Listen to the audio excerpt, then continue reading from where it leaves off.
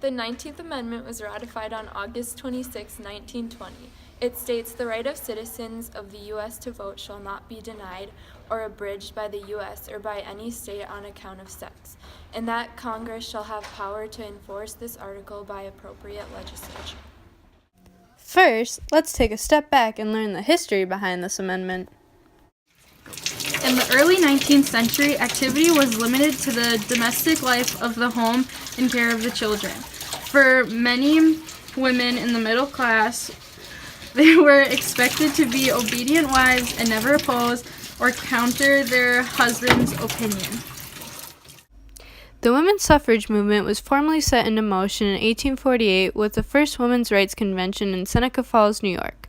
After deciding to hold their own convention, they used the Declaration of Independence as a guide to draft the Declaration of Sentiments. This drew attention to women's statuses. After this convention, the right to vote became the centerpiece of the women's rights movement. Thinking lecturing and petitioning would help women and slaves gain the same rights of those of a white man, the 14th and 15th Amendments fractured the movement after the war. The 14th Amendment defined citizenship and voters as male.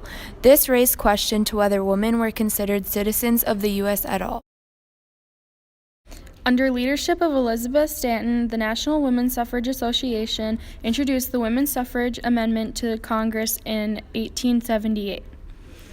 After 41 years of continued petitions, picketing, and protest parades, the 19th Amendment was passed by both houses of Congress and then ratified the next year in 1920 under President Woodrow Wilson. So why is the 19th Amendment so important to us? First, let's take a look at two very opinionated educators on their thoughts and views. Hi, I'm here today with Miss Heather Woods, interviewing her about the 19th Amendment. So, how would you compare women's role in the 1800s and 1900s to women's role today in society? I think women now have a lot of more career choices that are open to them, and they're less likely to be at home with only housework and child rearing duties. I agree. How do you think the world would be today if women did not have a political voice?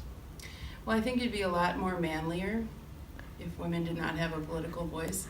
Also, without the women's perspective, then you're left with only what the men think. So. Good answer. Given what so many suffragists went through to gain the right to vote, what do you think of the fact that many people do not use the right to vote? Well, I think that it's not just limited to women. I think a lot of different groups fought for the right to vote, and even just that America was founded on a democracy. I think it's everyone's civic duty to vote. So I always vote, even if I don't like the candidates, I vote, and I think everyone should always vote. Great answer. Do you feel that the fight the suffragists started in the 1800s is over today? Why or why not? I don't feel like it's over because I think that there's always work to be done, there's always moving forward, and not just with women's rights or, differing with that, but just with equality or human rights in general across the board. Thank you, and thank you for your time. Hi, I'm here today with Mr. Tischer, and he's going to talk about the 19th Amendment. So, how would you compare women's role in the 1800s and 1900s to women's role today in society? Today they have a lot more power. Back then, they were kind of barefoot and pregnant in the kitchen making pies, and I like pie. I wish it would kind of go back to that kind of thing. So I wish the role was a lot more like back in the day than it was now. I like pie too. How do you think the world would be today if women did not have a political voice? I think a lot easier. Guys are a lot easier at making critical decisions in stressful times, and I think it would be a lot easier if maybe they just didn't have that right to do that. Yeah. Given what so many suffragists went through to gain the right to vote, what do you think of the fact that many people do not use their right to vote? I think if the ones that do not use their right to vote are the women, then I think it's okay. Alrighty. Do you feel that the fight the suffragists started in the 1800s is over today? Why or why not?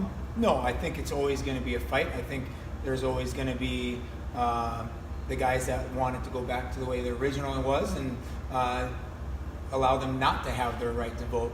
But we'll keep fighting, and hopefully it will happen the way it is. All right, interesting answers. Thank you, Mr. Tischer. Welcome. First off, it's created a new role for women in today's society, letting us choose the career we want. Secondly, it's given democracy a new and diverse voice that has probably affected more elections than you think.